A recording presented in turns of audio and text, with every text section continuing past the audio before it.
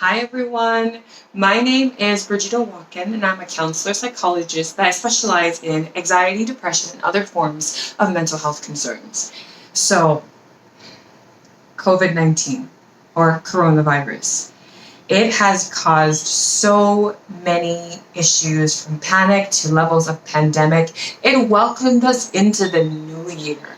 So it's understandable that many of us may feel quite discouraged or sad, frustrated, anxious about what the future may hold for us because of the current situation in the world. Oftentimes, a lot of us are already dealing with anxiety and depression or even forms of stressors that are only heightened by the situation, whereas others of us, we're just now having certain concerns surface. So, what can we do to help ourselves not only deal with the new normal, if I may, but also address concerns within our own mental muscles to strengthen them, as well as lessen symptoms of stress, anxiety, and even so depression and sadness? Don't worry, here are 5 ways that we can do that. 1, set a routine. Now, it's natural that because of all the time that we have, it's not filled up with the regular routine that we have on the outside of the world. Now we're having to find new ways to fill up that time, whether it be sleeping unusually long hours and staying up at weird hours of the night, or watching series after series that we haven't been able to do so before. Our whole routine has been somewhat turned upside down.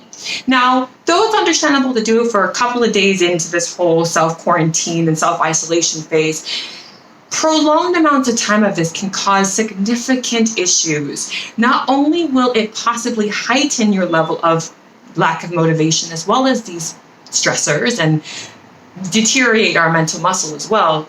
But when this pandemic does decide to subside and get over with, and we re-enter back into normal society with normal concerns and worries, that we will not be able to readily go forward because we haven't set some level of a routine for us to follow.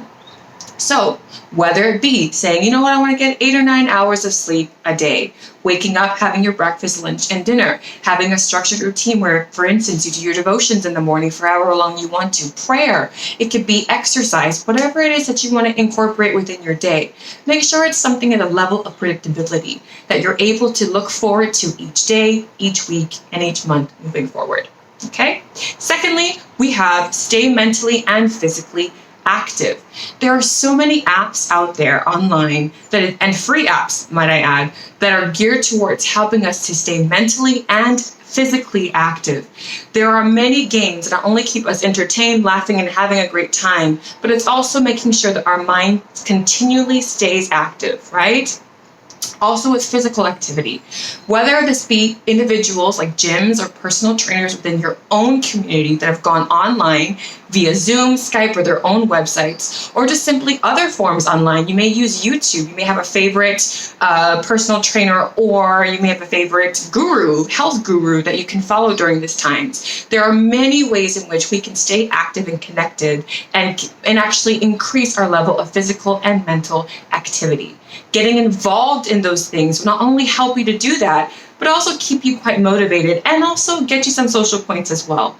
In all of this, we all have to remember that whether we talk once or twice or 3 times out of the day versus the week, we all need some level of connection with someone or something.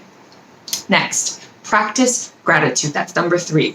This is a staple. Anywhere you go, practicing gratitude is an incredible, strong thing to do for your mind. Not only does it help with the positivity in us moving forward, but it also helps us to retract that negative reel we naturally have within our minds that says, you know, this may not go well. I'm not sure about this. I'm afraid of the future.